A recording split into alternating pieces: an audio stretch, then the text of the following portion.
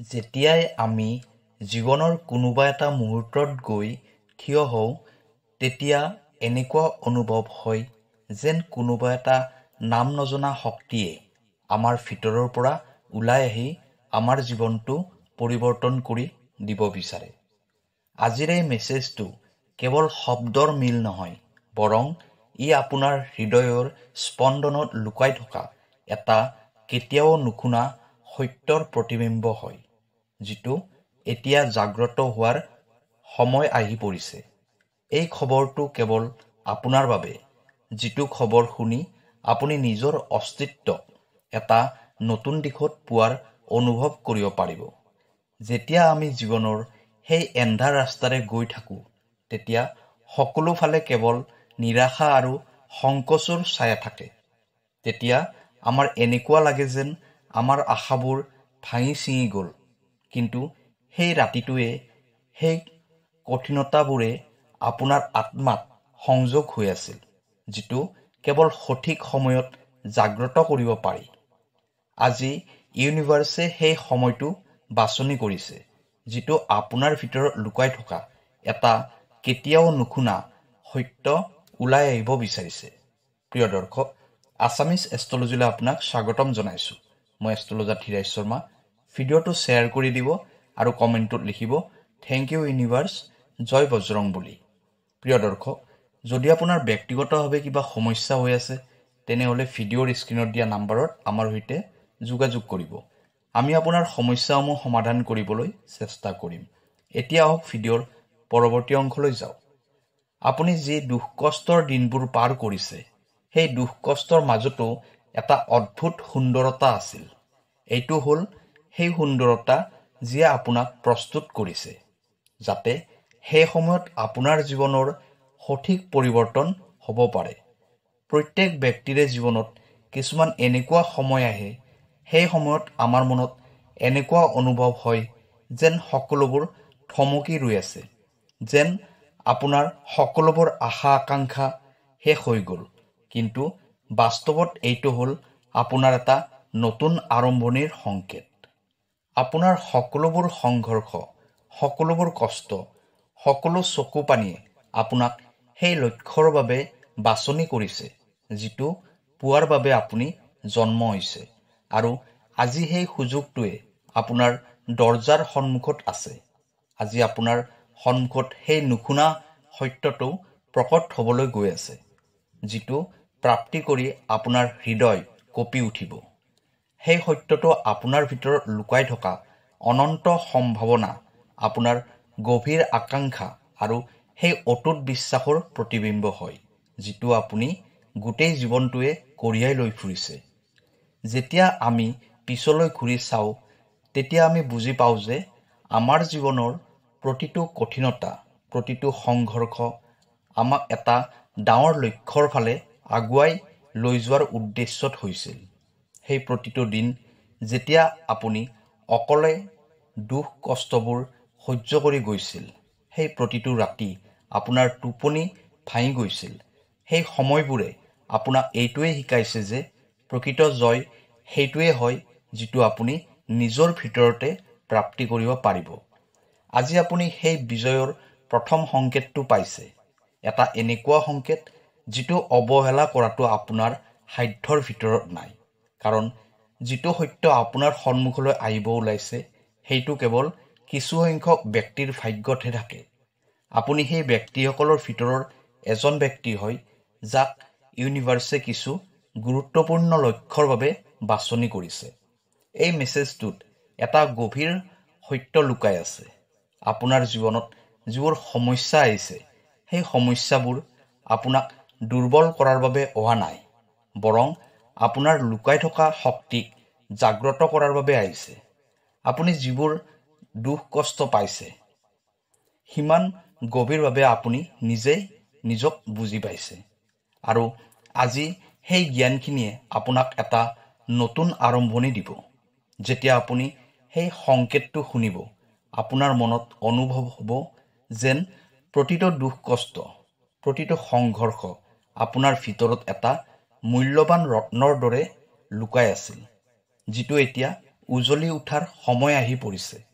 আপোনাৰ আত্মাত এটা অনন্ত শক্তি আছে, এটা এনেকুৱা শক্তি যিটো এই সম্পূৰ্ণ ব্ৰহ্মাণ্ডৰ গতিতকৈ তীব্ৰ হয়। এই শক্তিয়ে আপোনাৰ সপোনবোৰক বাস্তৱ কৰি দিব পাৰে, আপোনাৰ অটুট বিশ্বাসক আকাৰ দিয়ে। আজি এই মেছেজটোৱে আপোনাক এইটো ক'বলৈ আহিছে যে আপোনাৰ ভিতৰত থকা সেই শক্তি, সেই উজ্জ্বলতা এতিয়া বাহিৰলৈ ওলাই আহিব বিচাৰিছে। আৰু যেতিয়া এইটো বাহিৰলৈ ওলাই আহিব, তেতিয়া আপোনাৰ জীৱনৰ লক্ষ্যও সেই অনুৰূপেই পৰিৱৰ্তন হৈ যাব। এই সময়খিনিৰ ভিতৰতে আপোনাৰ সপোন, আপোনাৰ সকলোবোৰ আশা আকাংক্ষাই নতুন গতি ল'ব। আজিৰ এই মেছেজটোৱে আপোনাক এইটোৱে শিকাব যে কেনেকৈ আপোনাৰ ভিতৰত লুকাই থকা শক্তিবোৰক জাগ্ৰত কৰিব পাৰিব, কেনেকৈ আপুনি আপোনাৰ সপোনবোৰক বাস্তৱ ৰূপ দিব পাৰিব। প্ৰতিটো দিন, প্ৰতিটো সময়তে আপোনাৰ জীৱনৰ বাবে এটা নতুন কাহিনী লিখা হয়। আৰু আজি যেতিয়া ইউনিভাৰ্ছে আপোনাৰ বাবে এই মেছেজটো পঠিয়াইছে, তেনেহ'লে বুজি লওক যে আপোনাৰ জীৱনৰ এটা নতুন অধ্যায় আৰম্ভ হ'বলৈ ওলাইছে। সেই অধ্যায়টোত আছে আপোনাৰ সকলোবোৰ সপোন, সকলোবোৰ ইচ্ছা, সকলোবোৰ আশা, আৰু এই সকলোবোৰ একেলগে আপোনাৰ জীৱনত দেখা দিব। সেই অধ্যায়টোত না ভয় থাকিব, না সংকোচ থাকিব, কেৱল এটা উজ্জ্বলতা থাকিব যিয়ে আপোনাৰ জীৱনটোক এটা নতুন দিশ দিব। যেতিয়া আপুনি নিজৰ ভিতৰলৈ জুমি চাব, আপুনি দেখিব যে আপোনাৰ ভিতৰত কিমান গভীৰতা আছে, কিমান ক্ষমতা আছে। সেই ক্ষমতাৰ কথা আপুনি কেতিয়াও ভবাই নাছিল, যি আপোনাক আচৰিত কৰি তুলিব। এই মেছেজটোৰ সকলোবোৰ শব্দতে এটা শক্তি আছে, এটা নতুন আশা আছে, যিয়ে আপোনাক অনুভৱ কৰাব যে আপুনি কেৱল নিজৰ বাবেই নহয়, বৰং সেইসকল ব্যক্তিৰ বাবেও জন্ম হৈছে যাক আপোনাৰ উজ্জ্বলতাৰ প্ৰয়োজন আছে। আপোনাৰ কাহিনীটোত এটা আচৰিত ধৰণৰ উজ্জ্বল আছে, যিয়ে কেৱল আপোনাকে নহয়, আনকো প্ৰেৰণা দিব। ভাবক, যেতিয়া আপুনি সেই ব্যক্তিসকলৰ চকুৰ ফালে চাই, তেতিয়া দেখিব যে তেওঁলোকে এন্ধাৰৰ মাজতে ঘূৰি আছে। আপুনি তেওঁলোকক আপোনাৰ ভিতৰত থকা উজ্জ্বলতা দিব পাৰিবনে, যিবোৰ আপোনাৰ ভিতৰত জ্বলি আছে? আপুনি তেওঁলোকক সেই দিশটো দেখুৱাই দিব পাৰিবনে, যিটো দিশ আপুনি আপোনাৰ জীৱনত সংঘৰ্ষ কৰি থকা সময়ত দেখা পাইছিল? এই মেছেজটোৱে আপোনাক এইটোৱে ক'বলৈ আহিছে যে আপোনাৰ জীৱনৰ উদ্দেশ্য কেৱল আপোনাৰ সুখতেই সীমিত নহয়। অৰ্থাৎ আপুনি সুখত থকাটোৱে উদ্দেশ্য নহয়, বৰং এইটোৱে আনৰ বাবেও এটা উদাহৰণ হৈ ৰ'ব।